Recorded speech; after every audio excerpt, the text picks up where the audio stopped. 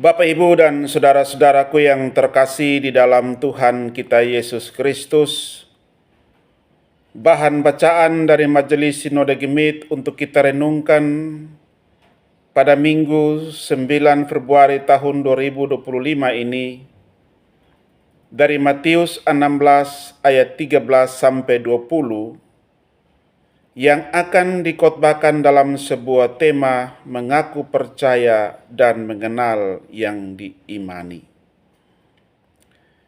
Saudara-saudaraku yang terkasih di dalam Tuhan kita Yesus Kristus,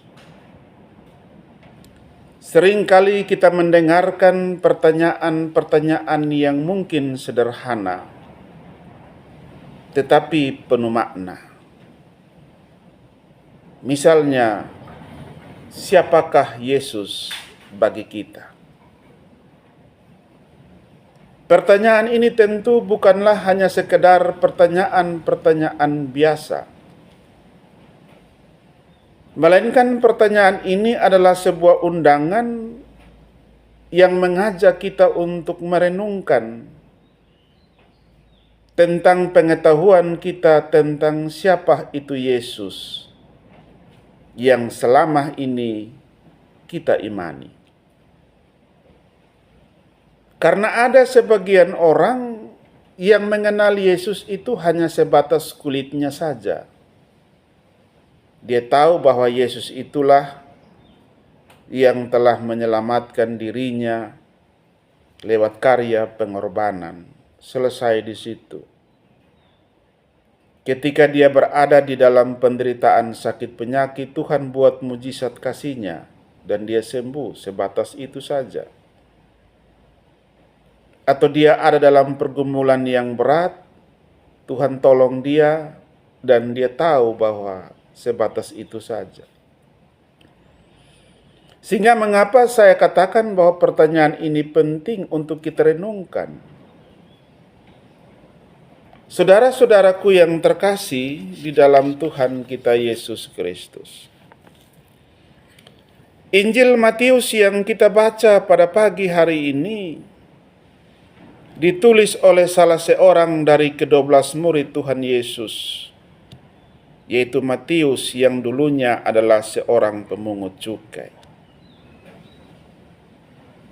Seorang pemungut cukai pada zaman Yesus ini adalah termasuk dalam kelompok orang yang cukup kaya, atau orang yang memiliki penghasilan yang cukup tinggi jika dibandingkan dengan masyarakat umum pada waktu itu. Dan yang menarik bahwa Matius ini dia meninggalkan pekerjaannya yang menjanjikan tadi dan mengikut Yesus setelah Tuhan memanggil dirinya dengan kalimat yang sederhana, "Ikutlah aku." Saudara-saudara, ada satu hal yang perlu kita renungkan dari panggilan Matius ini. Bisakah tidak kita meninggalkan sesuatu yang berharga, sesuatu yang menjanjikan di dalam hidup kita untuk ikut Tuhan? Misalnya, 1 jam kita meninggalkan pekerjaan kita untuk ikut kebaktian, ikut ibadah, ikut persekutuan doa, ikut ibadah rumah tangga, ikut kerja bakti, ikut pertemuan di sekolah, ikut rapat di balai desa, dan seterusnya. Apakah bisa tidak? Atau terlibat di dalam pelayanan-pelayanan lainnya? Saudara-saudaraku yang terkasih, kadang-kadang ada kebanyakan kita yang stres. Meninggalkan pekerjaan baru 1 jam saja kita sudah galau. Apalagi meninggalkan pekerjaan kita yang menjanjikan untuk selama-lamanya seperti Matius. Pasti kita akan keberatan. Karena hal itu berarti bahwa kita melepaskan kenyamanan, kita melepaskan keamanan finansial, dan mungkin saja status sosial kita. Namun kita harus ingat Bapak Ibu dan saudara-saudara, bahwa ketika panggilan Tuhan Yesus, ikutlah aku, bukan sekedar meninggalkan sesuatu, tetapi menuju kepada sesuatu yang jauh lebih besar, yang dijanjikan oleh Tuhan yang ada di depan kita. Karena itu mengapa Matius ini tidak ragu-ragu sedikit pun ketika mendengarkan Tuhan mengajaknya, ikutlah aku. Dia langsung meresponnya dengan bangun dan meninggalkan pekerjaan yang sangat menjanjikan itu. Saudara-saudaraku yang terkasih, mari kita kembali kepada teks kita. Teks kita pada pagi hari ini menceritakan tentang Tuhan Yesus dan murid-muridnya, yang mana waktu itu mereka berada di daerah Kaisarea Filipi, sebuah wilayah yang dikenal dengan penyembahan dewa-dewa Yunani dan juga Romawi. Di lingkungan yang penuh dengan berbagai keyakinan dan praktek-praktek penyembahan berhala ini, Yesus mengajukan satu pertanyaan penting kepada murid-muridnya. Ada dua jenis pertanyaan. Yang pertama, pertanyaan secara umum, yang bisa kita lihat di dalam ayat 13. Tuhan bertanya, menurut kamu, kata orang, siapakah aku? Dari pertanyaan ini Tuhan Yesus ingin mencari tahu pendapat orang-orang tentang dirinya melalui murid-muridnya. Bagaimana pendapat mereka yang selama ini Tuhan Yesus layani, yang Tuhan Yesus sembuhkan, yang Tuhan Yesus bangkitkan, dan lain-lain, tentang bagaimana pengetahuan mereka tentang Tuhan yang selama ini melayani mereka. Bagaimana pengetahuan mereka tentang dirinya yang selama ini mereka ikuti. Apakah mereka menerima pelayanan dari Tuhan Yesus dan mereka mengenalnya atau tidak? Jadi pertanyaan itu Tuhan ajukan secara umum, bagaimana pengenalan mereka. Saudara-saudaraku yang terkasih,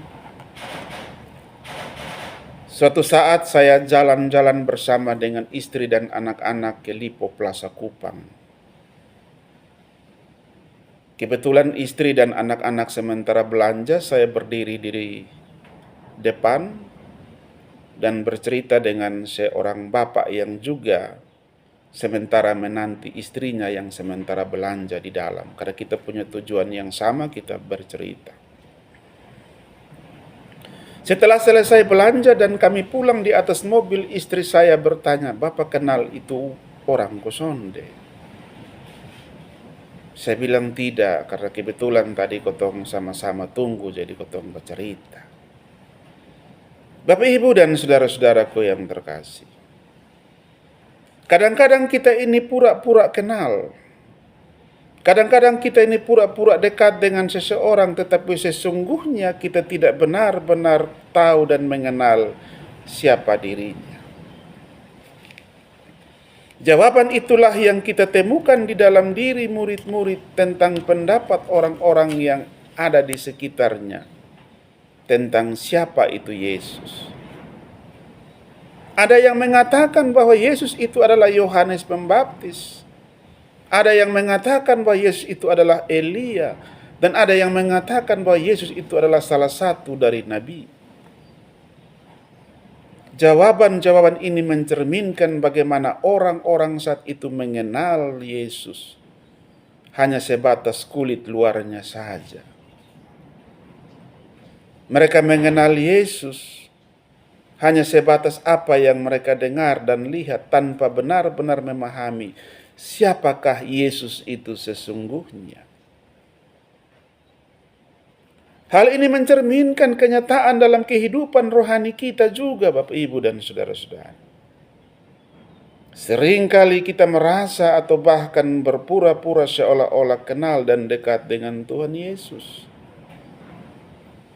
Kita rutin beribadah, membaca Alkitab, rutin ikut pelayanan.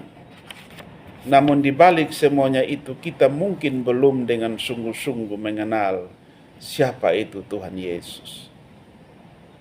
Contoh paling sederhana, kita mungkin rutin beribadah, namun ketika menghadapi masalah seperti kehilangan pekerjaan, atau gagal panen tahun ini, atau sakit yang serius dan mengalami konflik dalam keluarga, mengalami konflik dalam masalah finansial, akhirnya kita putus asa, marah-marah kepada Tuhan, atau mencari solusi dengan cara-cara duniawi yang bertentangan dengan iman Kristiani. Sakit-sakit susonto sembuh-sembuh, berobat, berdoa, sone sembuh-sembuh, kotong mulai pakai dukun, pakai orang-orang pintar. Pulang di pembadan semua kena sumbur ini ludah siripinang. Ini juga kadang-kadang repot. Atau mungkin kita sebagai seorang pegawai negeri atau ASN atau guru yang dikenal sebagai orang yang rajin beribadah dan selalu berbicara tentang kejujuran. Namun ketika ada kesempatan untuk mendapatkan uang pelicin atau menerima suap kecil untuk mempercepat proses administrasi, kita tergoda dan melakukannya dengan alasan semua orang juga melakukannya. Apalagi ada yang mengatakan gaji saya tidak cukup. Saudara-saudaraku yang terkasih, apa artinya ini? Secara lahiriah baik itu seorang PNS, ASN, guru, nampaknya kita sangat religius sekali. Namun tindakan kita menunjukkan bahwa kita belum sungguh-sungguh mengenal Tuhan Yesus sebagai sumber berkat dan pemelihara hidup. Sehingga dari kedua contoh ini mau menunjukkan kepada kita semua bahwa kita belum mengenal Tuhan Yesus itu dengan baik. Karena kita hanya mengenal Tuhan dari kulit luarnya saja. Kita hanya mengenal Tuhan itu sekedar tahu tentang Tuhan saja dari cerita-cerita orang lain. Karena itu menarik di dalam bagian pembacaan kita ini dalam ayat selanjutnya. Tuhan Yesus mengarahkan murid-muridnya agar bisa mengenal Tuhan itu lebih secara pribadi.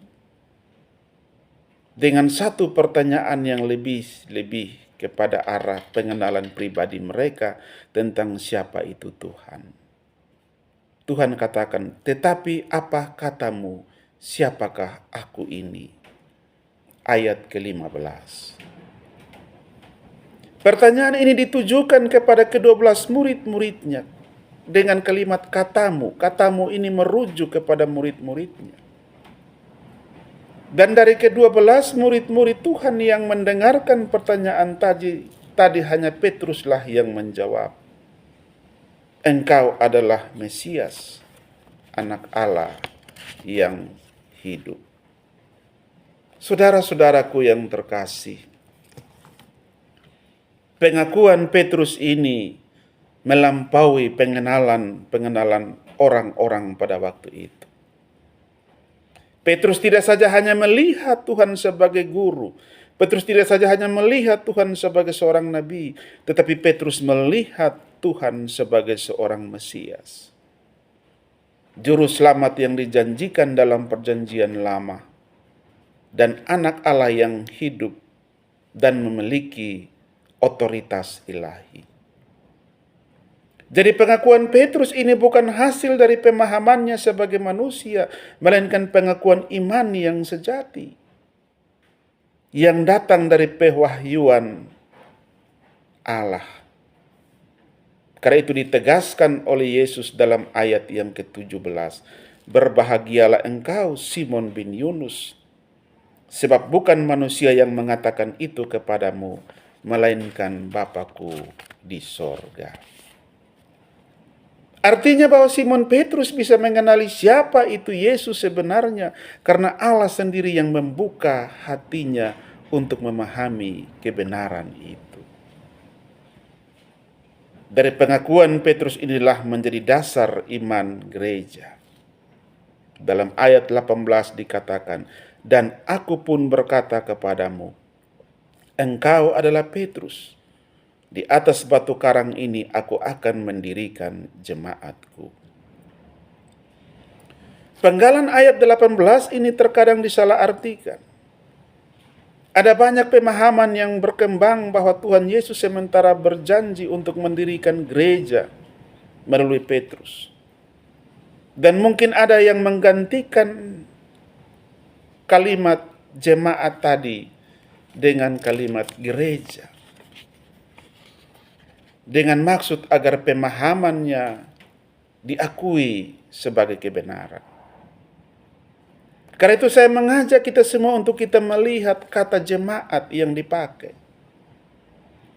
Kata jemaat ini berasal dari bahasa Yunani yaitu eklesia, yang berarti kumpulan orang-orang yang dipanggil keluar atau persekutuan orang-orang percaya. Jadi jemaat bukanlah bangunan fisik, melainkan persekutuan orang-orang percaya kepada Yesus sebagai Mesias dan anak Allah yang hidup, seperti yang diakui oleh Petrus. Karena itu saudara-saudaraku yang terkasih, pemahaman yang perlu kita luruskan bahwa Yesus tidak mendirikan jemaatnya di atas pribadi Petrus, tetapi Yesus mendirikan jemaatnya di atas pengakuan Petrus. Hal inilah yang harus kita pahami dulu. Pengakuan Petrus, engkau adalah Mesias anak Allah yang hidup, adalah fondasi dasar dari jemaat Kristen. Karena itu setiap orang yang setiap orang yang membuat pengakuan iman yang sama seperti Petrus menjadi bagian dari jemaat yang disebutkan oleh Tuhan Yesus. Jadi jemaat atau gereja bukan didasarkan pada seorang pemimpin manusia, tetapi didasarkan pada pengakuan yang benar tentang Tuhan Yesus. Jadi Yesus tidak berkata bahwa Petrus secara pribadi adalah fondasi gereja, tetapi bahwa pengakuan Petrus tentang siapa Yesus adalah fondasi dari jemaat. Artinya di atas pengakuan yang benar tadi, kepadamu akan kuberikan kunci kerajaan sorga, ayat 19. Ayat ini menunjukkan pada peran penting jemaat untuk sama-sama menjalankan peran dalam menyebarkan Injil kerajaan Allah dan menjadi saksi Kristus. Sebagaimana pesan Tuhan Yesus kepada murid-muridnya dalam Matius 28 ayat 19 sampai 20 sebelum ia terangkat ke sorga. Pergilah, jadikanlah semua bangsa muridku, dan baptislah mereka di dalam nama Bapa, Anak, dan Roh Kudus. Dan ajarlah mereka untuk melakukan segala sesuatu yang telah kuperintahkan kepadamu.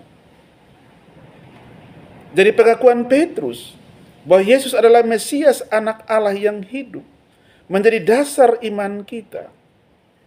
Dan kita jemaat-jemaat Allah yang berdiri di atas dasar iman Petrus ini adalah bagian dari orang-orang yang dihimpunkan oleh Allah dalam satu pengakuan yang sama. Karena pengakuan Petrus tadi menjadi fondasi berdirinya sebuah jemaat. Jadi di sini bukanlah Petrus yang menjadi fokus keutamaannya, tetapi pada Yesus. Yesus harus menjadi dasar iman kita. Karena itu saudara-saudaraku yang terkasih di dalam Tuhan kita Yesus Kristus, dalam kehidupan kita sebagai umat-umat yang percaya kepada Tuhan, kita tidak saja hanya sekedar mengaku percaya kepada Yesus, tetapi kita juga harus berakar dan menghidupi pengakuan tadi di dalam kehidupan kita dan karya-karya pelayanan yang masih Tuhan percayakan kepada kita. Pengakuan Petrus tadi, engkau adalah Mesias, anak Allah yang hidup.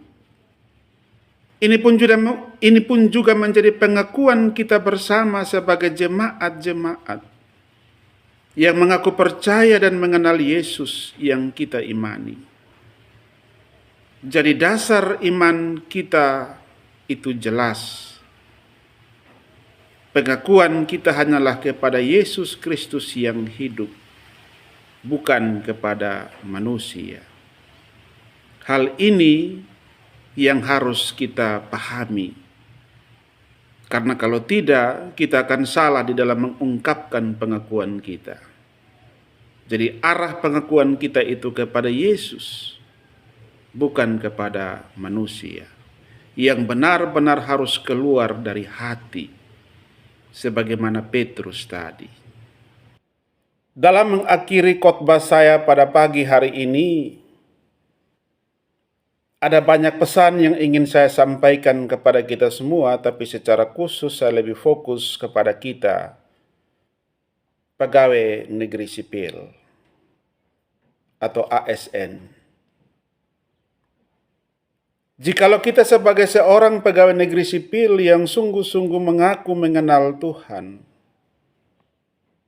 dan sungguh-sungguh mengimani Tuhan sebagai sumber berkat,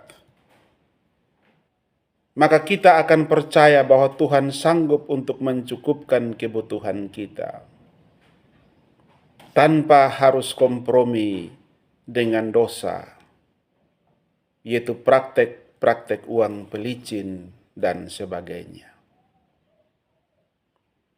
Kita harus percaya bahwa ketika kita berjalan dengan setia, kita harus percaya bahwa ketika kita jalan dengan kejujuran di dalam melaksanakan tugas dan panggilan kita sebagai seorang abdi negara, maka Allah yang setia itu akan memelihara kehidupan kita. Bahkan Allah sendiri akan menjadi pelicin bagi berkat-berkat kita. Karena itu melalui firman Tuhan pada pagi hari ini, jikalau kita mengaku percaya dan mengenal Tuhan yang kita imani, maka bekerjalah dengan pengakuan bahwa Tuhanlah yang mempercayakan pekerjaan ini kepada saya. Maka saya harus bekerja dengan penuh integritas yang tinggi untuk kemuliaan nama Tuhan. Pengakuan itu harus keluar dari dalam hati kita seperti Petrus. Sebab ketika kita menempatkan Tuhan sebagai pusat pengakuan kita di dalam pekerjaan yang kita laksanakan, berkat dan penyertaan Tuhan akan nyata. Promosi, kenaikan pangkat, dan lain-lain semuanya akan dilicinkan oleh Tuhan. Karena itu Bapak Ibu dan saudara-saudaraku yang terkasih, dalam mengakhiri khotbah saya pada pagi hari ini, saya kira kita semua jemaat-jemaat Tuhan yang sama-sama mengaku kepada Yesus Kristus sebagaimana pengakuan Petrus, kita harus berdiri kokoh di atas pengakuan iman yang benar itu. Dan kita harus memuliakan Tuhan melalui pengakuan kita bahwa Yesus adalah Mesias, anak Allah yang hidup, yang dinyatakan di dalam tindakan dan perilaku kita setiap hari. Kiranya firman Tuhan ini dapat menolong kita semua dan memberkati kita semua yang mendengarkannya. Amin.